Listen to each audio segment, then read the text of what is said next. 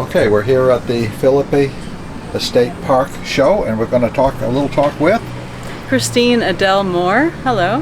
Hello. And can you tell us a little bit about your art and your history and where you come from?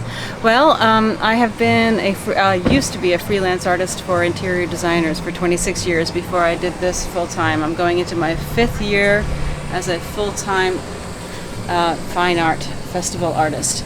But when I was a freelance artist for interior designers, they would have all kinds of crazy ideas, and I would have to figure out how to make these ideas come to life in reality, come to fruition. So that meant putting together a lot of different types of materials in combinations that aren't typical to make their dreams come true. And so now my art is a representation of all of those years of experience. It utilizes a lot of different media all on one canvas.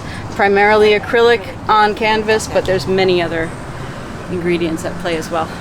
Layers, layers, layers though. The depth is important in my work, and the texture as well. I find that the texture breaks the surface tension for the viewer and invites you in and to explore, whereas if it's just a flat surface, something is preventative in that to me. But the texture just breaks that surface tension and brings you right into the surface so you can explore all the details. Okay, did you say where you were from? Originally New Jersey. I have been in Florida though since 1991, so I think at this point I'm practically a cracker. Very good. Thank you very much. My pleasure. Thank you. Made to be touched. That's camphor. Smell that. Oh, I can't smell it. It's like the tree out there. A tree outside the house. Oh, yes. Very refreshing. Opened your sinuses right up. Yes, yes. Oh. Good morning. Can you tell us your name and a little bit about your work? Steve Cohen, and I've been turning since I'm 12 years old. I studied with a master turner when I was about 18. I apprenticed with him, and that kind of got me on the right path. And I've been doing this all the time. It's a full-time job. I do like 50 shows a year, 40 shows a year. I make my own lathes. I either use old metal lathes and convert them, or I make the lathe from scratch. Because I like to do big stuff. Stuff that the new lathes don't seem to handle. Everything is natural color. We do not say anything. That's a piece of Cuban mahogany. We have those little hearts that come to the glass too, so you can put water. Put it. Nice. Very good. So you have all kinds of different wood from all over the world? Yeah, not from all over the world. Pretty much Florida. And a little bit from California. That's all. I don't use exotics, really. You mentioned camphor to someone a little while ago. Yeah. This is camphor right here. And, camphor is one of my favorites. I have a whole bunch of camphor trees. I could give it to Somebody you, just but you gave me have to wait a while for them to dry. Yeah, yeah. I turn them wet too. Doesn't matter. Doesn't really move around. Sometimes the cells collapse, but it gives a little character. Yeah, but the smell is worth it. I love it. Well, thank you very much. Thank you. We have mahogany.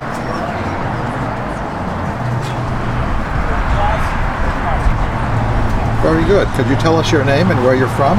Yeah, my name is Ben Foster. I'm from Wyoming.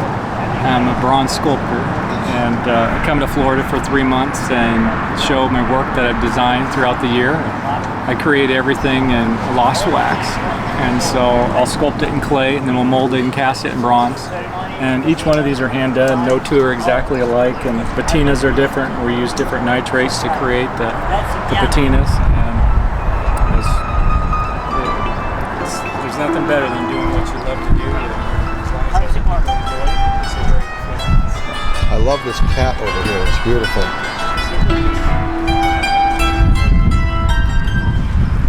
I'd like anything. As little as that.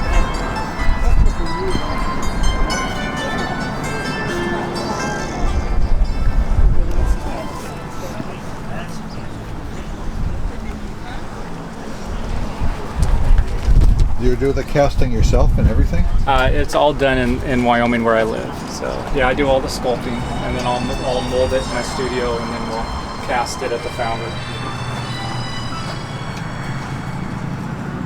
Absolutely wonderful. It doesn't even look like metal. It looks like ceramics you do. Yeah, it's but it don't break. Yeah. That's right. Bigger one up here.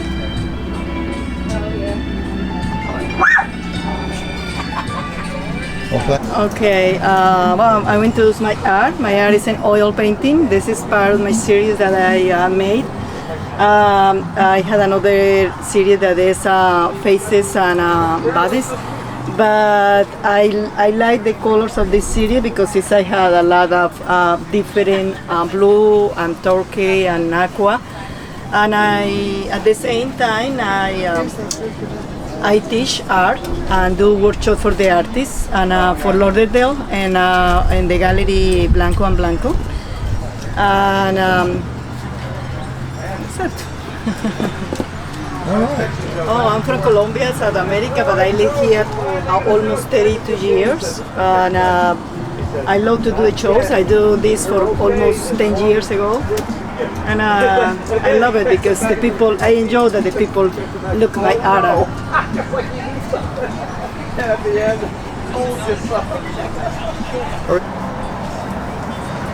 Yeah, my name is Ken Small, company name Homefields, homefields.com. We have stadiums, replica stadiums carved out of wood. They all light up with LEDs. The LEDs for the 3 sizes, small through large. The small ones, the lights don't fit in the stadium, they're in the base. They shine through that groove underneath here. It's electric, you plug these in, there's no battery. You're looking at 15 years on the LEDs. You just plug it in the wall, they can stay on 24/7. Whoever gets it, they'll use 5-10 cents a month in energy. The 3D hits you about 5 feet away. Up close you won't see the 3D for Fenway, but 5 feet away it'll hit you. Most importantly, this is what it looks like when you're in a dark room. This is Fenway Park that you see here. That's how it looks when you're in the house. These are night lights in a dark room. They function as a night light in the dark. Nice piece of home decor, conversation piece during the daytime, functioning night light at night. You take the photography yourself? We used to take the photography early on. We're based in Atlanta. We said, why are we flying all over the country? Going to New York, LA, Pittsburgh, St. Louis. When every city's got the professional drone operators who do better work than we ever did. We're an amateur hour. So now that they send between 50, 75 shots, we pick the best. The hardest one's picking the best one. The Greeks developed 2,000 years ago.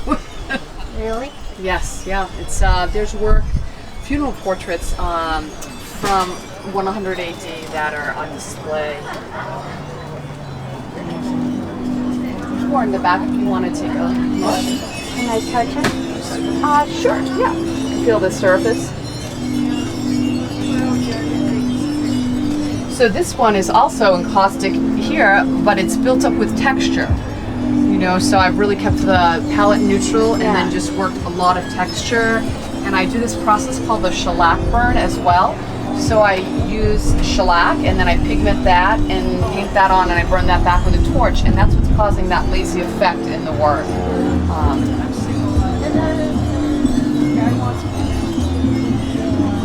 Now you just tell me your name and where you're from. My name is Daryl Harwood and I'm here in Florida till April, and then I go north. My husband and I are full-time artists. We travel around the country. We create our work on the road, so we have the ability we bring all of our tools with us and we make our work as we travel. So we live in our motorhome and drive all over the country. All right. Well, thank you very much. Thanks so much.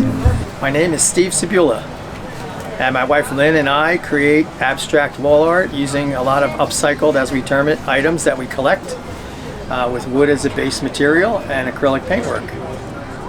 Very good. Where are you from? We're from a town called Palmdale, Florida, which is south of Sebring, in the spine of the state, as they say. And you're a full-time artist? We're full-time artists.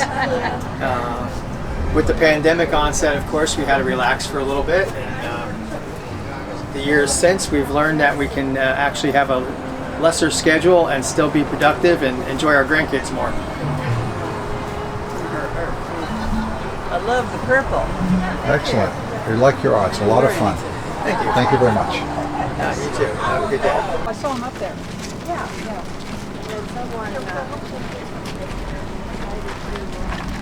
Very good. Excellent. Can you tell us your name and a little bit about your work? I'm David Campbell, mixed media artist here in Venice, Florida. I did stone sculpture for years, and then I transitioned to jewelry for a while, playing with copper, and I also did bronze, which led me to what I do now with using patinas like I did on bronze on the copper. So basically cut the copper pieces out, shape them using heat hammer, and then I build the frame out of aluminum and do the patinas using heat and chemicals. And at the very end of the piece, I float a 2-part bar top resin and a glass texture. And yeah, I do art fairs all over the country. Let's see what you've got over here. More an abstract piece, kind of gives an ocean feel to it. And this is kind of abstract urchin shaped copper pieces. You're having a good show? I've had a lot of interest. We just got started, but we've had a lot of interest so far. This is the last show of the season, so try to get a few more fish in the boat, so to speak. These over here you can see a little better. It's in the light. Get an idea of the color. Oh yeah, the sun does them good. The light, it definitely makes a difference. That's what I tell people when they get them in their home, is to make sure to get proper lighting. It makes all the difference. And you got glass in here too. Yeah, this is all chunks of sea glass, and they call this frit. They actually use that for glass fusing, but I actually use it just for texture. As you can see, this is all hammered in. And then I sand back and highlight some of the copper, and the resin in the glass is the very end. Very good stage.